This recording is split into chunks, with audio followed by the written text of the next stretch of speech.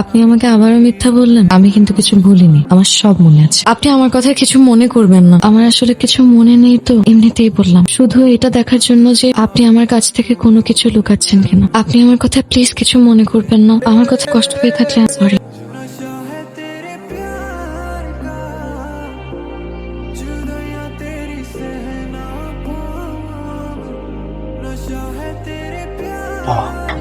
হে আল্লাহ, আমার ভুলের শাস্তি তুমি মারজানকে দিও না। আমি অন্যায় করছি, যা শাস্তি দেওয়ার আমাকে দাও। তো ভোরে তুমি সুস্থ করে দাও। ও শাস্তির ভাগিদার আমি ওর কাছে, তুমি মাফ চাইতে পারি, সুযোগ করে দাও। আর কিছু চাই না। চলো আমরা বিয়ে করি।